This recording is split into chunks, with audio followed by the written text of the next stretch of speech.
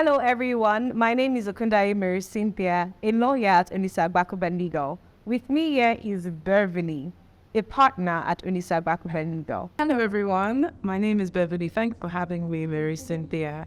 And I'm a partner at Olisa Agbakoba Legal, and I head the Sports, Entertainment, and Technology Law Practice Group. So I'm really excited to be talking about artificial intelligence.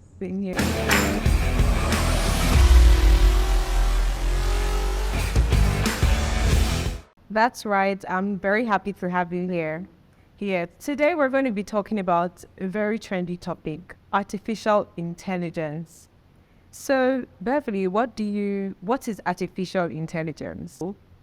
Artificial intelligence, also known as AI, basically refers to computer systems that have been developed to operate in such a superior way without the need for human intervention. So when you think about things like apps that can now reel out so many documents like biographies, it can write books, it can write song lyrics, it can write brochures, marketing material in minutes, compared to before when it would take you just a day or two to research. So AI is really trendy right now and is truly disrupting the way we do a lot of things, especially research. Yeah. You see that word disrupting, that is very, scary for a lot of people that do not see it as an advantage. They are saying, is this going to take my job? Like if this can do my job in the matter of minutes and I have to spend 3 days to do it, like what then is the future for myself? Something, yes, I can understand people who don't know much about how AI works might feel really scared and just nervous about, do I have a future in my current work? But the thing is, rather than be scared, I think it's for us to go and upskill. I do believe that there is a future for lawyers, researchers, content developers, alongside AI. So think about AI as a tool that can supercharge the way you work. So, we're lawyers, aren't we? And you're always still going to need people in the nearest foreseeable future to defend cases, briefs in court. And similarly, you still need a bit of human intervention to manage, say, a commercial transaction. AI cannot completely take the place of people. So for me, I feel like AI is something we should all embrace. It will come with more advantages than disadvantages. I think if you ask me, it's going to force all of us to really sit up. So there's no room for complacency. So content developers, if you're into content developing, you need to be really witty, creative with the kind of content ideas you're coming up with, because AI is not going to replace thinking. Ideation is still something that we have to do. AI is, for me, garbage in and garbage out. You still have to feed it something to give you something in return. AI is not going to operate completely on its own. It's not human. When I know there are humanoids, I know, but it's That brings my mind to what we feed with AI, right? There's a lot of data that goes into the development of his computers, right? So what do you think about data protection? Because this information that they are feeding AI it comes from somewhere. How do we then protect this information? How do we go about regulating this? Okay, you've asked me a few things in that one kind of long sentence. So let's start with, what is it being fed? Let's start with that. So, like I said before, garbage in and garbage out. And with a lot of the tools I'm now seeing, apps, there tend to be waivers. It does say, if you're going to use this, be prepared to, waive some of your rights, etc. So this intellectual property issue is quite, it's quite significant. What a songwriter that uses an AI app to write songs, that owns the music, the songwriter or the AI. And the same thing goes for digital art. You're seeing so many beautiful WhatsApp DPs enhanced by AI. Who owns it? the app or the person that came up with the idea. So there's still some gray areas that haven't been answered yet. Who knows? Maybe litigation will give us some answers when they're determined in the courtroom or wherever. But one thing I do know is you still have to be very careful when generating content with AI. You still have to make sure you can tweak it to some extent to make it yours. If you're using research tools, for instance, don't just take the first draft that it spits out.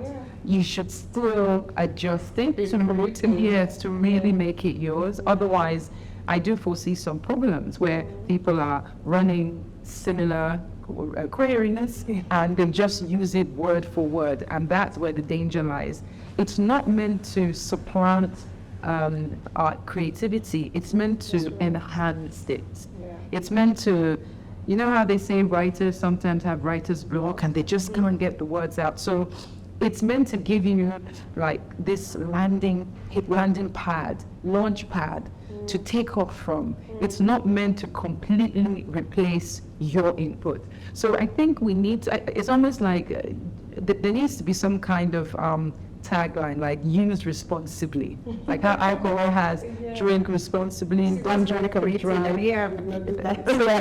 So people need to use AI responsibly. Like don't go trying to find out what the stock market is so you can go and think you're going to go get rich, or using AI for unethical things. So yes, there's definitely an ethical. It throws up some ethical questions, I would say, but I still think it's going to be more positive. It's really going to supercharge the way we do things. Imagine, like, our output will be more, the volume. Yeah, exactly. So I do see like positives with the use of AI. Yeah, I do agree with you. Yeah, we can see the positives because it's going to happen anyway. So just start to adjust. But then it takes my mind to the older generation. Oh. How are they going to handle this? Because, Facebook was hard for them to adjust to. They went for the aunties and the grandmas.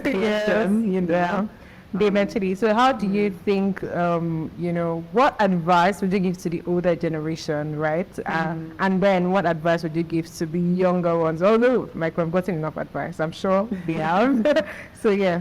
I think for the older generation, say the pensioners, those who are 60 and above, I would say maybe, get your kids to help you learn. It was the kids that was helping the, I don't know what generation you call them, is it the baby boomers? Yeah. So the children of the baby boomers were helping them at one point how to set up WhatsApp. There was a time when WhatsApp was new, I've been interrupted to use it. I think they were forgotten, but also everybody's now WhatsApping.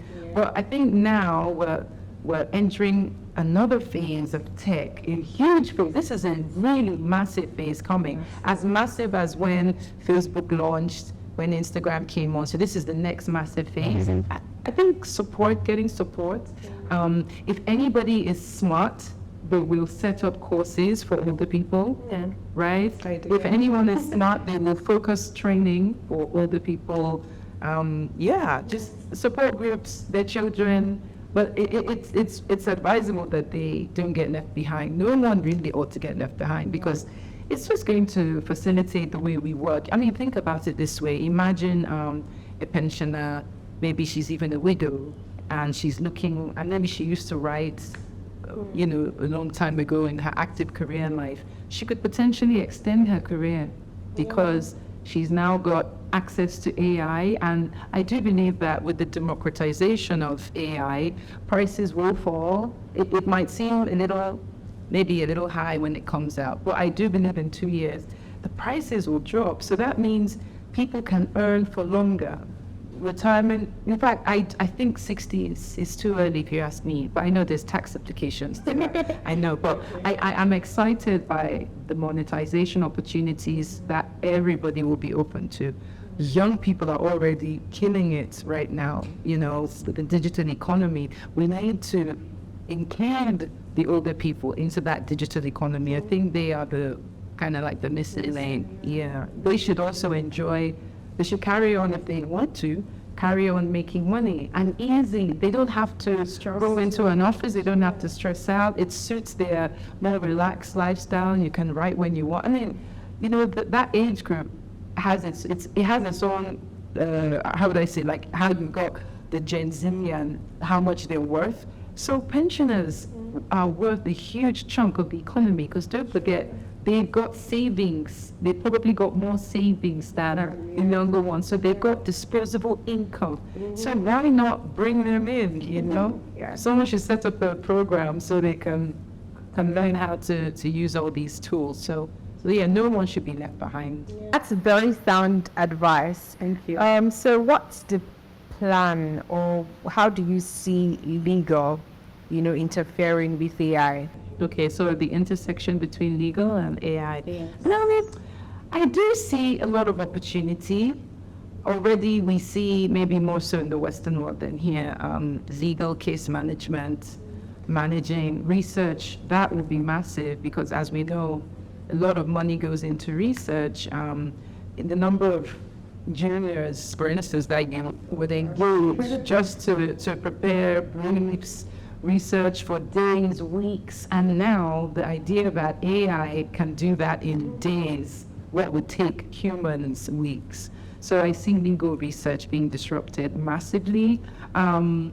Contracts as well. I have seen some AI tools that can also produce contracts. So like I was saying, there's just so many areas that we can benefit from by using AI. Even legal recruitment, how do we recruit will change. It'll change vastly. Again, AI is something that we should embrace. We should think of AI as I would say, an opportunity to really enhance whatever natural skills we have. So if you're into content development, think of it as a tool to supercharge that. If you're already like research, AI will be fantastic for you. Imagine work that could take 2 weeks being done in a day. It would encourage you, it would motivate you to do more. And when you do more, when you produce more volume, that means you could potentially earn more. So we see earnings going up exponentially. The earnings will go up as regards how it's coming in, but it might not be the price. The price might not go up. Right, but that's another thing. But overall, that opportunity to earn more, whether or not your price is, that high, but at least your output would be more. And productivity, I think we're also meant to think in terms of productivity. Productivity should go up as well, because you're just doing things in a more efficient way. Let's put it that way. It's just going to increase efficiency. AI is about driving closer and closer to the ideal, near human, but sort of that high output that you normally cannot achieve on a human. Extraordinary, I like that. Yeah. So, do you see mass adoption of AI? Oh yes, I really do. I think in the next 5 years, AI should be everywhere, in our schools, in the office, in the workplace, at the airports, everywhere. And one positive thing I do see is more of us becoming more creative. I think by nature, we're all born creative. I don't believe that some people are creative and others are scientific. I do see science and creativity as coexisting. But what I do see happening is people tapping into their creativity more and wanting to express that. And that's where, lawyers like us come in. So with all these intellectual property work we do, we say, oh, yes, come, let's help you protect that intellectual property. So that's a positive effect of mass AI adoption. We will get more people tapping into that creative space, and it's an exciting future, I see. That's a very good one. Lawyers are happy. Thank you very much, Verbi, for coming. You have been super amazing. Thank you very much for watching. Once again, my name is Okundai Cynthia, and I'm Bethany. Bye.